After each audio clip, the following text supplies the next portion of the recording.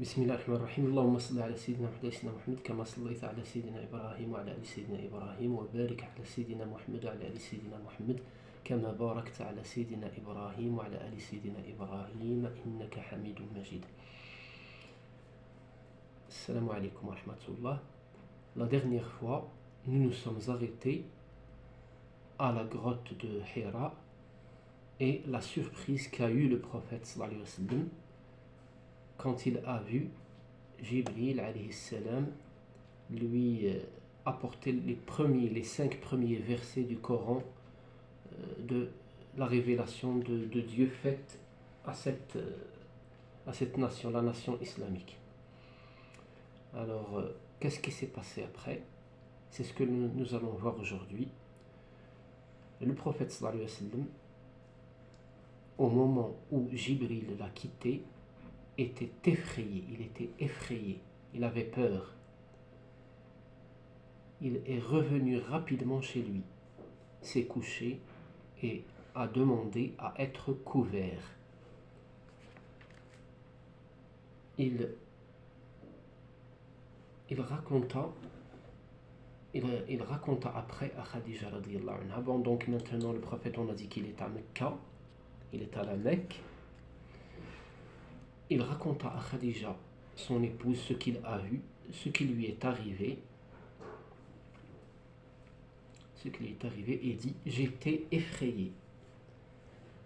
Khadija radiyallahu anha lui répondit, en jurant par Dieu que pour sa bonté avec ses proches, sa générosité avec les pauvres, son hospitalité, l'aide qu'il apporte aux gens en difficulté, pour tout cela, il ne subira pas la disgrâce de Dieu.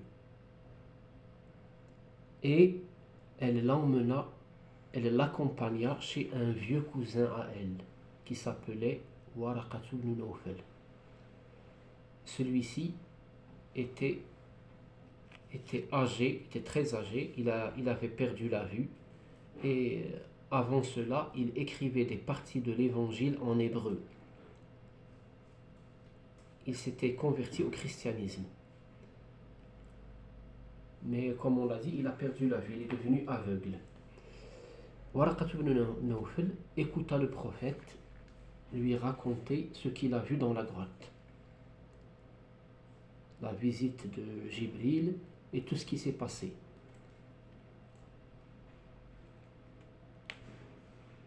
Après cela, Waraqat ibn Nawfal dit au prophète qu'il était sûr que c'est la même chose qui est arrivée au prophèt Moussa alayhi salam. Est-ce que ça doit être l'ange qui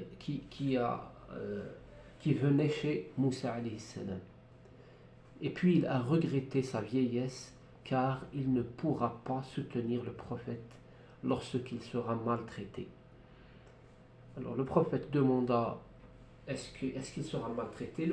Waraqat ibn Nawfal lui répondit que c'est vraiment éventuel, c'est possible, c'est très très possible. Alors Waraqat ibn Nawfal est décédé juste peu après. Alors quelques jours après cela, le prophète revoit encore une fois le prophète dans le ciel, qui lui dit: Ya Muhammad, anta Rasulullahi wa ana Jibril. Alors, Muhammad, tu es le messager de Dieu et moi je suis Jibril. Voilà ce que dit l'ange au prophète sallallahu alayhi wa sallam. Quant à la révélation en arabe on dit le wahy. La révélation, le prophète sallallahu alayhi wa sallam, après les versets de la grotte, a reçu l'ordre de se lever pour la prière de la nuit.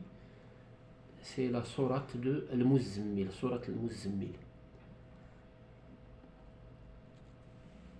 Bismillah ar-Rahman ar-Rahim, Ya ayyuhal muzammilu qumil layla illa qalilan. Alors le prophète sallallahu alayhi wa sallam a reçu l'ordre de se lever la nuit pour prier Dieu, adorer Dieu et réciter le Coran. et réciter le Coran comme l'incite cette sourate, la sourate al-Muzammil. Alors la prière de la nuit, qui n'est pas une obligation pour les musulmans, l'était au début, c'était une obligation. Mais après, ce n'est plus une obligation, c'est un acte que le musulman est tenu de faire par volonté, non pas par obligation.